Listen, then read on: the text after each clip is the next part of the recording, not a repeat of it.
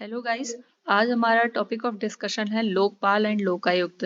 हम यहाँ पे ट्राई करेंगे कि जितने भी क्वेश्चंस आते हैं लोकपाल एंड लोकायुक्त से उसको हम सॉल्व कर सकें। तो लोकपाल और लोकायुक्त जो है एक एंटी करप्शन अथॉरिटी है जो कि करप्शन के अगेंस्ट जो भी कंप्लेंट्स आएंगे उनको रजिस्टर करता है।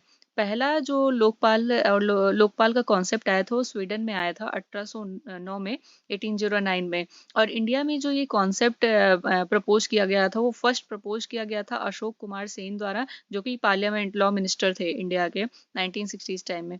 और जो लोकपाल एंड लोकायुक्त जो टर्म है वो क्वाइन किसने किया था इंडिया के टर्म्स में, तो डॉक्टर एल एम सिंघवी ने। और 1966 में पहला जो एडमिनिस्ट्रेटिव रिफॉर्म्स कमीशन बना था उसने रिकमेंड किया था कि दो इंडिपेंडेंट अथॉरिटीज बनाई जाएंगी, जिससे जैसा कि सेंट्रल लेवल पे जो होगा वो लोकपाल होगा और जो स्टेट लेवल पे होगा वो लोकायुक्त होगा। और इनका काम होगा कि जो भी पब्लिक फंक्शनरीज हैं, एमपीज एमएलएज हो गए, जो भी पब्लिक इंस्टीट्यूशन से जुड़े हुए हैं, उनके अगर करप्शन के चार्जेस हैं तो उनको रजिस्टर करता है ये। उसके बाद जो है ये क्या हिस्ट्री है वो मैंने इसमें टाइमलाइन के थ्रू किया है। 1809 में स्वीडन में, जैसा कि मैंने बताया, 1809 में स्वीडन में फर्स्ट ओम्बड्समैन का कॉन्सेप्ट आया था। 1960s में एल एम सिंघवी ने कॉइन किया था लोकपाल लोकायुक्त का। 1966 में एआरसी ने रिकमेंड किया लोकपाल एंड लोकायुक्त का कॉन्सेप्ट।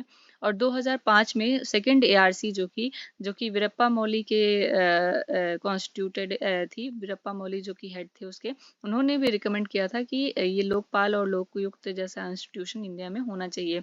उसके बाद 2014 में लोकपाल और लोकायुक्त बिल लाया गया और उसको 2013 बिल था बट पास किया गया था 2014 में।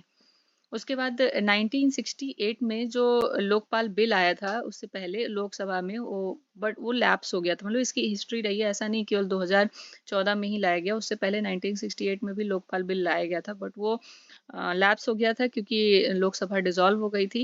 And since then it has lapsed in the Lok Sabha many times. तो ऐसा नहीं है that first time it is in 2014 it came.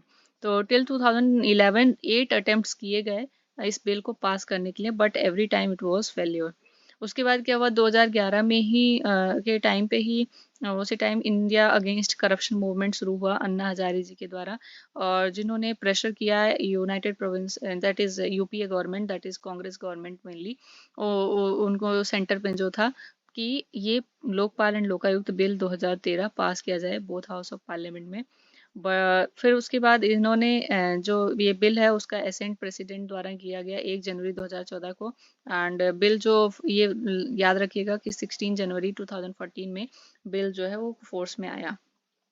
Lokpal and Lokayukta act जो 2013 है वो क्या, इसमें क्या क्या चीज़ें बताई गई हैं, तो उसने पहला यही बताया हुआ है कि इस्टेब्लिश करना है institution of Lokpal at the central level. Centre पे लोकपाल हो सेंटर पे जो है वो लोकपाल होगा एंड स्टेट में जो है वो लोकायुक्त होंगे। And it seeks to provide uniform vigilance and anti corruption road map for nation both at the centre and the state. और लोकपाल का जो एक तरह से क्या कॉन्स्टिट्यूशन होगा, तो एक चेयरपर्सन होगा विद मैक्सिमम ऑफ 8 मेंबर्स, इसको याद रखिएगा, एक यानी 1+8, 1+8 ऑफ विच 50%, 50% 8 मेंबर्स में से 50% जो होता है वो जुडिशियल मेंबर होता है, दैट इज 4। तो 8 में से 50% हो गया 4, वो जुडिशियल मेंबर होगा। एंड 50% ऑफ द मेंबर्स जो लोकपाल में होंगे वो S C S T OBC and minorities women in जो है ग्रुप्स में से आने चाहिए। SC ST OBC and minorities and women. Term क्या होगा लोकपाल का term for office of Lokpal and chairman जो होंगे और मेंबर्स का, वो 5 साल होगा या till the complete the age of 70 years. Lokpal एक स्टैट्यूटरी बॉडी है बिकॉज वो एक एक्ट के थ्रू आई हुई है, कॉन्स्टिट्यूशन में नहीं मेंशन है, तो इस वजह से कॉन्स्टिट्यूशनल बॉडी नहीं है। हु अपॉइंट्स, कौन अपॉइंट करता है इन चेयरमैन को या मेंबर्स को, तो members are appointed by president, president appoint करते हैं मेंबर्स को। प्राइम मिनिस्टर चेयरपर्सन जो कि रिकमेंड किए जाते हैं, सिलेक्शन कमेटी होती है उसके द्वारा।